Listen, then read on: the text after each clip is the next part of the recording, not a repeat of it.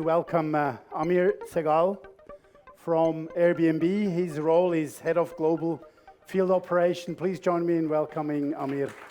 Thank you.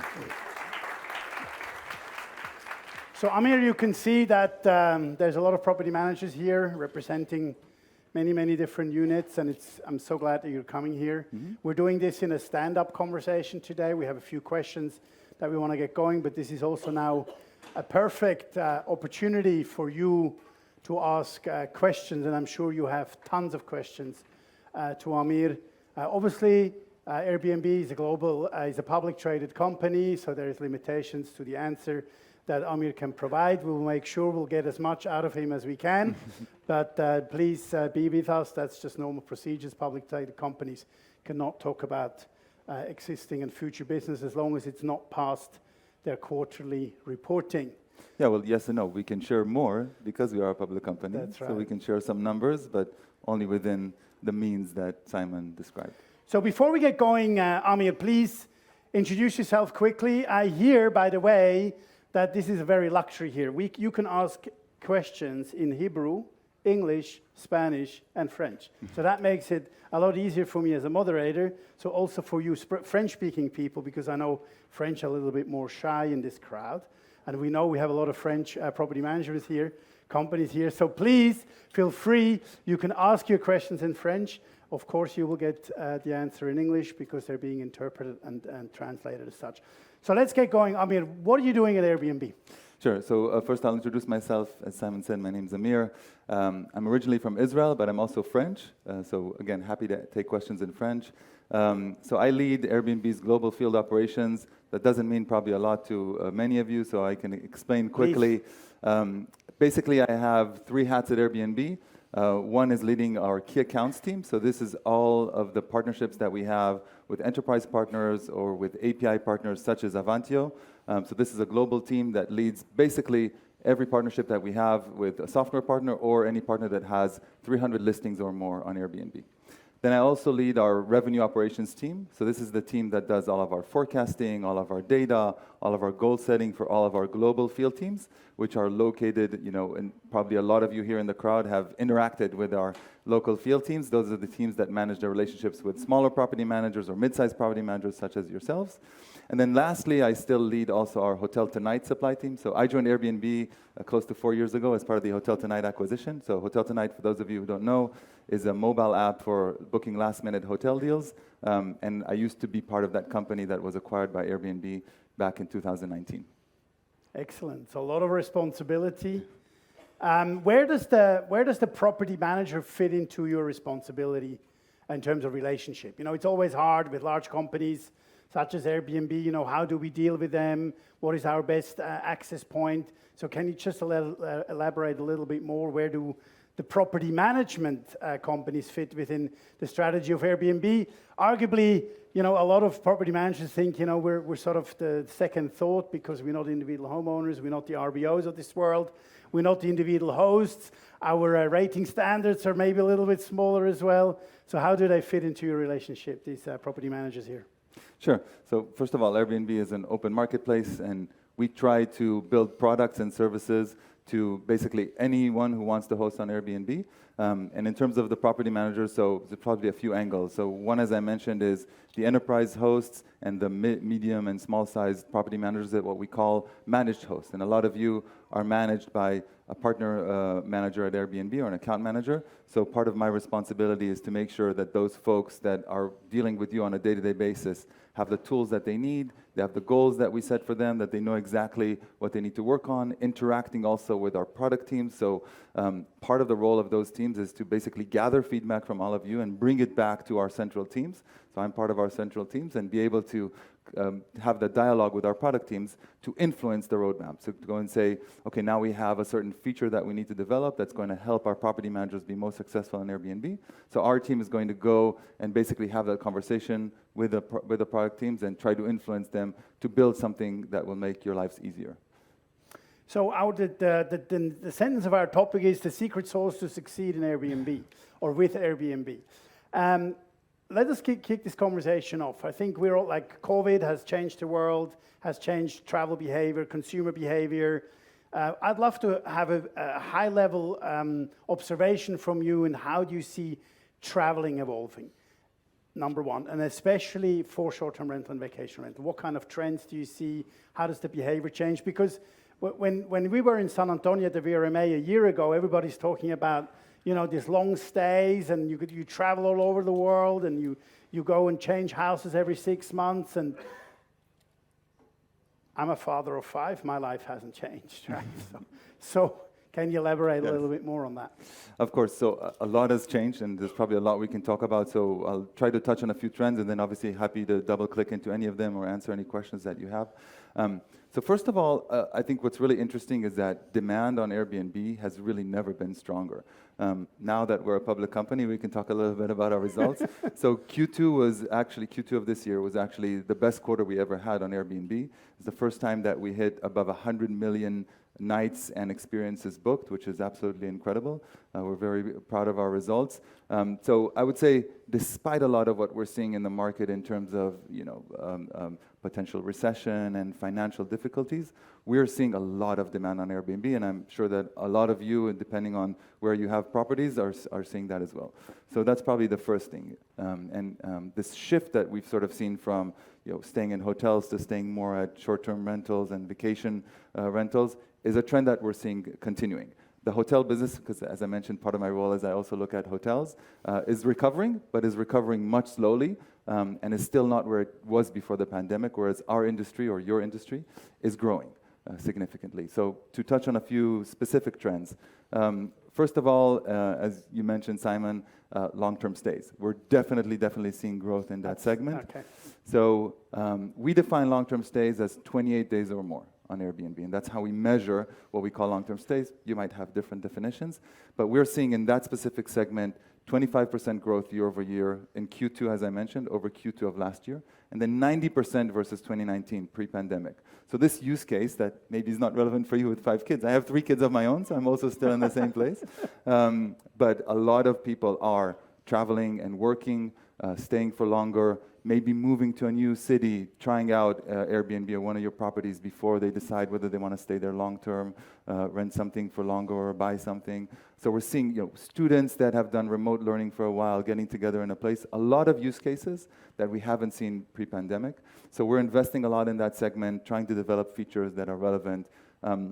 One example that I can give is, if you've seen our latest release in May, we released a product called Split Stays. So this basically says if you are searching for a longer stay, a week or longer, you're now not necessarily only going to see one property on Airbnb. We might propose to you to split your stay between multiple properties. And this allows for people to see 40% more properties than what they did before, when you can only see one listing at a time when you search. So this means, you know, more choice for guests. This means more visibility for all of you. So your properties are now appearing on more searches than they were before. So that part, I think, is really important. The other thing we're seeing is a lot more people traveling with families. So family stays, or traveling in, let's say, bigger groups, and also traveling with kids, traveling with pets. So we're seeing a lot more searches where people, for example, want to see amenities that are specific to traveling with family, or they want to see that the property does accept pets. So we've released, for example, a feature that allows you to break out the pet fees, and that enables you to be more visible in those cases. One other thing that I think is also become really clear is the importance of cleaning. So we're seeing that people sort of, I would say, are really expecting a very high standard of cleaning versus what they were looking for before the pandemic. So I would say that Can I jump in here? Yeah, Why is that? Is that because the consumer has changed, or because we have addressed more hotel-like guests now using the product than before? I think it's probably a combination of both. Yeah. I think it's a combination of, during COVID, you know, we all were sort of educated about the the potential risks that you could have when you are coming into a property, and that could be as well a hotel. Hotels as well have raised their cleaning standards. So I think there's been a raise of cleaning standards all across the industry. And I think where we see this the most in our data is basically on the guest review. So if a place is really clean, it's spotless, and the guests are very happy with that aspect of the stay, they're going to leave a really, really good review. Whereas if they don't, they're going to leave a really bad review. So this really could make or break your review. So that's why I think it's an area for hosts to really invest in. One more thing is flexibility. Flexibility has become extremely, extremely important. And I think maybe two aspects of that. One would be, first of all, flexibility in terms of the date and the time of, the date and the location of your stay. So before the pandemic, and I mean, obviously it's still the case today, but most of the searches, or the vast majority of the searches, were people looking to go to a specific location on a specific date. And what we're seeing now is people are a lot more flexible in terms of when and where they want to travel. They want to explore new destinations. So what we've released, again, in our latest, this was actually even the release before, we've had this for a while, is what we call I'm Flexible. So I'm Flexible is basically a button on the Airbnb website. You can click on it, and then we basically offer you destinations. We offer you specific, so now that we have categories as well, we would offer you specific categories that you're looking for. You can go and filter by categories, and we would offer you certain times and certain locations that you can go to. And that feature specifically has been already used 2 billion times on Airbnb. So this is not, some small trend. With our scale, you can really see sort of what those trends are. Yeah, I guess those are a few. There's probably more. I can talk about this for a long time. But let me pick up on that. And the next one, and ladies and gentlemen, please start thinking about your questions. The mic is already in position to come to you. So I'll just fire another question at Amir, and then we can open the floor. What does that mean to the amenities, to the feature itself of the accommodation, right? Yeah. I mean, I have to admit that my experience here in Valencia is anything but good, right? Who of you in this room offers shower gel as a standard in their properties? Do you see this? Yeah. Would you book the other places? Probably not. I rest my case. No, I mean, this is massive, right? So maybe there's a personal question to you, not in the view of Airbnb. Yeah. How do we define standards of our product? We just had Jeremy here from Breezeway, obviously working very hard on guest experience and executing the right services. How do we go about this? Because for me, like pre-pandemic, I did a lot of work with Focusrite in the past. And just to give you some numbers, in 2005, when we asked US travelers, have you rented before? 5% said yes. 2005, right? 5% of US travelers have rented a property before. Now, 14 years forward, 2019, we were at close to 40%, right? So it's taken us 15 years to get the vertical of rental, vacation rental, short-term rental, to like 40%. Now we're in their 80s. Yeah. But with the difference, and Amir has already alluded to that we're attracting an enormous amount of people who used to take hotels in rent. And I think everybody who's booked a hotel, if you like the shampoo or not, it's there. And the soap is there too, right? And now we're having a handful of people raising their hands that we offer shampoos. Now you're totally going past the expectations of the people that come to your properties. So my question to you, Amir, what can we do in this industry to level set a certain standard, like an umbrella in a cupboard is another one, or an iron board or something like that? So I think that there's a lot I have to say about this. I would say this is an area that I feel like the industry is still learning. And we're learning from hotels mostly, right? So we're looking at hotels. What is the hotel-like experience? How can you offer that experience in a consistent way? And there are certain things that I think have become more baseline and more expectations. So, I touched before on cleaning. But to me, it comes down to really about managing expectations with the guests. So to take your example of shower gel or shampoo, it's okay if you don't have it, as long as the guests know that. The problem becomes when the guests expect something, and then they get to the property, and it's not the same. And I can tell you from the hundreds of thousands of guest claims that we have every day on Airbnb, the vast majority of them are about managing expectations. There we go. So if you want, to have your properties at a certain standard, just make that very clear to the guests in terms of the booking.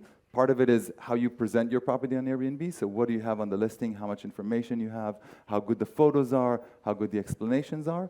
And part of it is also in the messaging process, because once somebody books on Airbnb, you start a conversation with them. And a lot of that conversation needs to be about managing expectations. That has to do with amenities, as you mentioned. That has to do with the check-in, the checkout process, the times of check-in and check-out, what the guest can expect. And obviously, there's also the expectations go higher when the price is also higher, right? As the more the guest pays, which is normal. You pay, and again, I go back always to hotels. That's also sort of where I used to work.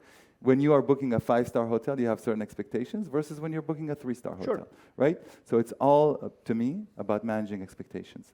I think, so there's sort of a baseline. Then if I think about amenities that have sort of evolved more during the pandemic, to answer your previous question, one area for sure, as I mentioned before, is people are working remotely. So we see a lot of guests that now expect you to have a laptop-friendly workspace, a dedicated workspace, or at least if you have it, they want to, if they're searching for it, they want to know whether you have it or not. And again, I go back to expectations. Wi-Fi is obviously extremely important these days, having strong Wi-Fi, reliable Wi-Fi. We've released a tool that allows you to measure your Wi-Fi speed and post it on your listing. That makes a huge difference for guests to be able to see that and know what to expect. Again, I keep coming back to this point about expectations. How good is the lighting? Those types of things are extremely important. I touched earlier on family amenities. So, families with small babies, they're looking potentially for a high chair or a bathtub. Those types of things. The more you can show what your listing includes versus it does not include, again, you'll do a better job of managing expectations with guests, and then you can follow up with them through the process of the booking. So once messaging starts, they will ask you certain questions, and how responsive you are will make a big difference in their experience. And please don't tell me that the photos is still a problem. In what sense? That there's still no good quality. Yeah, I mean, many listings on Airbnb still don't have as high quality photos as we would like them to have. And there's a very wide range. Again, we provide tools that help you have higher quality photos, cut your photos and edit them in the way that works best in terms of managing guest expectations. But obviously, a lot of that work relies on how much you are willing to invest in terms of time, etc. Do you have any questions from the floor? I'm sure there are no questions. There's one at the back there. Microphone is coming. Hello, thank you for the great explanation. I have two questions. One is about the future. Can you introduce yourself, please? My name is Jose Vázquez. I work at Avantio. I have two questions for you. One is about the present, another one about the future. And I'll start by the future. I have seen this summer that there is a lot of issues with Airbnb in certain cities, and problems with administrations, governments. They're trying to block the business model of Airbnb. It seems that it's because of some conflicts between property owners, which is private owners, and in some cases, professional property managers. The question would be like, in the case that in the future, administrations will try to limit the business model from Airbnb, which you define in the beginning like a marketplace, which sounds like a bit futuristic for the reality of vacation rental in some countries. What would you do? What Airbnb will do in the future? Would they choose to keep on working with the private owners, or would they choose to work with professionals? This is first question. Okay. The second question is related to the present, which is somehow what you just presented right now. You're talking about how to modernize your properties, how to provide a best guest experience, which sounds really great when you are talking to a property owner that you can just tell them, put some gel and put some things. Those are peanuts for them. But when you are talking to a professional that runs more than 100 properties, etc., it's really harder to adapt all these changes lifetime. By saying that, I like also to add a small critic, which is that when a guest just leaves a bad review because they didn't find shampoo, you see how your properties get really banned on the platform, which is something that in the professional side doesn't make any sense. I wonder if you think it's okay to block a full account of a professional just because somebody just make a bad review. So about the present is exactly about that. No? Are you going to treat the same way a private owner rather than a professional? Thank you.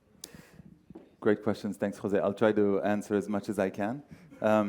Start with your first question. So first of all, I wish it was in the future, but it's actually a question that's very much in the present and also in the past, and I'll explain what I mean. So we've had a lot of jurisdictions around the world pose questions in terms of the model of Airbnb. We don't have time to go into all of these. I'm happy to discuss with you afterwards where those are coming from and why we have these situations. But the reality is we have those situations. Different cities in the US, different cities in Europe, it's mostly in urban markets, mostly in major cities. It's actually starting now as well in some more vacation rental markets, but less to a lesser extent, and in Asia as well. We have a team, a global policy team, that basically does exactly that. They interact with local jurisdictions, local municipalities, and they try to get to a situation where we can define what we would like to do. And at a certain point in time in our evolution, we came to the conclusion that it's actually better for us, it's better for everyone, for the communities that we operate in, and it's better for us as a company, and it's better for all of you as hosts, and it's better for guests, to know what the rules of the game are. Because as long as we don't have those rules, then we don't know what we're up against. And there's a lot of things that are sort of under the radar and unclear, and hosts have a lot of questions. So we basically work with local municipalities to try to come together to the best conclusion for everyone. In some cities, this means limiting the number of days, number of nights that each person can host, if it's an individual host, if it's their primary residence. In some cities, it means registration, certain limitations on registration, and this obviously has a lot of tax implications. But basically, our team works globally to try and come to the conclusion. I know we have, I assume that you operate in Spain. I know that we have a lot of challenges as well in Spain. And what we also do is we actually work with all of you. So we work with our host community to mobilize people to help in those efforts. And if you would like to get involved, it's very easy for you to join one of the local host clubs that we have. We have a lot of host clubs in different cities around the world. And those host clubs organize events in order to mobilize and try to get, again, to a favorable outcome, to something that everyone feels is the right thing for them. And we will continue those efforts. We actually just hired our new global head of policy. His name's Jay Carney. He used to be Obama's press secretary, and he worked at Amazon as the head of policy for several years. So very high caliber. We invest a lot in this area, and we will continue to invest a lot in that area. So that's your first question. Second question. I know it's very challenging as a professional host. I go back to sort of what I was talking about before. Manage expectations with guests. I think we are talking a lot more about shower gel than shampoo than I expected. But if I go back to that example, it's about managing expectations. If you feel that operationally it is too complex or too expensive for you to provide those types of amenities in your property, just make it very clear to the guests that they need to bring their own shampoo and shower gel to the property. And I think if you do that, then at least people know what to expect. They know that they need to buy in advance, or when they arrive, buy something locally. And that, I would think, immensely improve the review scores that you will receive. Now, to the second part of your question, I think that we believe very strongly, one of the really, really important factors on Airbnb is the quality of the stay. And review score is one of the aspects of quality, but a major one. And it's really important for us. And if you take it from a guest perspective, so you think about what the guest sees, it's not necessarily, the guest doesn't care if the property is owned by an individual owner, by a property manager, by a management company. The guest only sees their own stay, their own vacation, their own work from home remotely. So we actually deliberately want to measure that across the marketplace the same way. Now, we're happy to work together with property managers to provide you tools to be able to provide a higher quality stay. And we're working on a few of those initiatives. And as I mentioned in the beginning, in terms of my role, part of my role is also collecting the feedback from hosts like yourselves and seeing what we can build in order to make it easier for you. But in terms of how we want to treat different hosts, we want to treat different hosts the same because guests treat different hosts the same. And that's, I think, a point that's really important for all of you as well to understand in your business. When a guest books your property, they don't really care who is behind it. They only care about the experience that they have. And we want to help you maximize that experience. Hope it answers your question. Just think about this. This is a pretty massive statement we're being left here in the conversation as well, which I totally get, by the way, but it's a myth also for us as a professional property management industry as well to think about that the guest doesn't care if it's a professional host or a private host behind the product. And that's actually quite fundamental as well, because because obviously we know it's harder to generate good, higher reviews at 100, 200, 300 properties. Well, you manage one or two, you can be far more personal, you can give a different experience. And that's something we're definitely struggling with to do, right? But I think one of the key takeaways here is really managing that expectation in the right way, because... But I want to tell you something about that, Please. Simon. I think if we had a room full of individual hosts here, they would say that it's easier for the property managers. Oh, seriously? And I'll tell you why. Because they view all of you as having more means, having more, economically, resources, teams that they can mobilize, sales teams, operations teams. So it's always, I think, easy to look at the other side and think, oh, it's much easier there. But I'm telling you, having also interacted a lot with our individual owners, they would probably say the opposite. So it's something to take into consideration. How can you do the best that you can in order to maximize the guest experience? The better guest experience on Airbnb, you will be more successful on Airbnb. And you will have more visibility, you will get more bookings, and everyone will be happier. Any more questions from the floor? There's one here. Bonjour.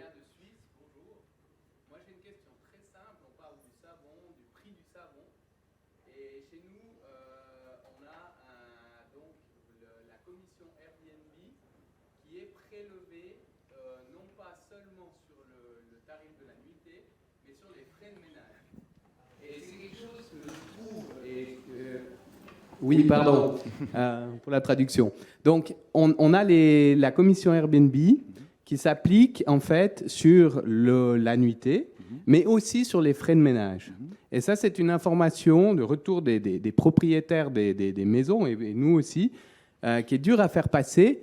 Ceci d'autant plus chez nous où les salaires et les heures de ménage, les frais de ménage sont très, très onéreux. C'est-à-dire que ça peut, sur certaines petites réservations, coûter autant le forfait de ménage que les 2 nuitées pour le week-end. Donc comment vous pouvez justifier ça?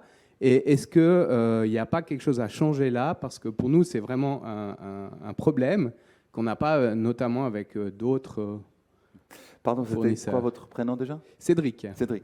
I'll translate Cédric's question first for the benefit of the crowd. And it's okay if I answer in English? So Cedric's question is about cleaning fees, and basically, I think a few things. One is that Airbnb charges our commission not only on the nightly rate, but also on the cleaning fees, and then also that the prices have become really high, both of the products and also of the services of the cleaning staff that you have, and that makes it really difficult in many cases where, for example, that you gave was a 2-night stay. There might be that the cost of cleaning is the same as the nightly rate. And so what do we plan to do about it as a company? Is that accurate? Perfect. All right. So in terms of, so this is definitely a topic that is very top of mind for us. And when I talked about cleaning earlier, I probably should have mentioned this as well. What's happened during the pandemic is also a lot of evolution in terms of cleaning fees. Yeah. So one of the big pain points is for all of you, and also for guests on Airbnb and for all of us as hosts, is cleaning has become a much more expensive service to provide. And what we saw on Airbnb, and something else that I think is tied to what I was saying before, because we have these longer stays as well, sometimes there's a mismatch between the cleaning fees, which are an absolute value, versus the length of the stay, right? Because obviously, for a shorter stay, you still have to clean between guests, versus if it's a month stay, then your cleaning costs on a per night basis are obviously much, much lower. We have not yet adjusted to that. And it's something that we are working on, something that we are thinking about a lot. It's a very, very complex manner. If you follow the press, and I'm sure a lot of you follow the press of our industry, there's a lot of chatter about this. Even last weekend, we had, there was a big story in the US around cleaning fees and how do guests feel about this, how do hosts feel about this. I can tell you that we are working on it. I don't have the solution exactly for you. But it's a very complex matter because anything that we change, and there are many options on the table in terms of what we can do. And it's sort of, again, making sure that the cleaning fees that are charged are adequate versus what the guest is expecting, and versus what we conceive would be a fair amount of cleaning fees. I can also tell you that we've seen some hosts that have raised the prices of cleaning significantly and have not necessarily brought them down afterwards when the cleaning market has sort of stabilized a little bit more. So we, again, as a marketplace, have to consider both sides, the guest and the host, and to find a solution. And as we always do, we are consulting our hosts on this manner and getting their feedback. We have I don't know if you know this, but we have a host advisory board that was constructed about probably a year and a half, 2 years ago, where we have representations of hosts from all around the world, and we consult this board on some of the topics that we work on. This is an example of a topic that we are working with our host advisory board to see what would be the best solution. So I don't have an answer to like what we are doing. I can just promise you that this is very top of mind for us, and we're working on it right now. Peut-être une solution. Oui? Quand on est 17 fois super host de suite, ça peut être un atout. Et ça peut-être, parce que c'est vrai que en tant que professionnel, nous on met une volonté vraiment à aller dans le sens du client. Et on est à mon sens, quand on est super host depuis longtemps, hein, qu'on fait les preuves avec le système Airbnb, peut-être pas toujours entendu, surtout des petites structures. Donc c'était un plaisir de pouvoir vous poser la question. So Cédric's follow-up is he's a super host 17 times in a row, so bravo. Thank you. So you can probably ask him about how to manage guest expectations in a good way, because again, there's a very high bar to our Superhost program in terms of messaging, in terms of cancellations, in terms of review score. So I guess what I would respond is we already have the Superhost program. What the Superhost program gives you better visibility. And obviously, like you appear better in search, and you have a better conversion because of those higher scores that you have. We also have some personal credit, sort of like travel credits that you receive, which I'm sure I hope that you're benefiting from, assuming you can find time to also take a vacation yourself. And I can also tell you that we are working on evolution of our Superhost program as well, because the Superhost program has existed for several years in its current format. That's one of the other things that we're thinking about is what is the next evolution of the Superhost program looks like. But thank you again for being a loyal host for so many years. Ladies and gentlemen, the guest doesn't care who they stay with as long as the guest experience is managed and well delivered. Thank you very much, Amir from Airbnb. My pleasure.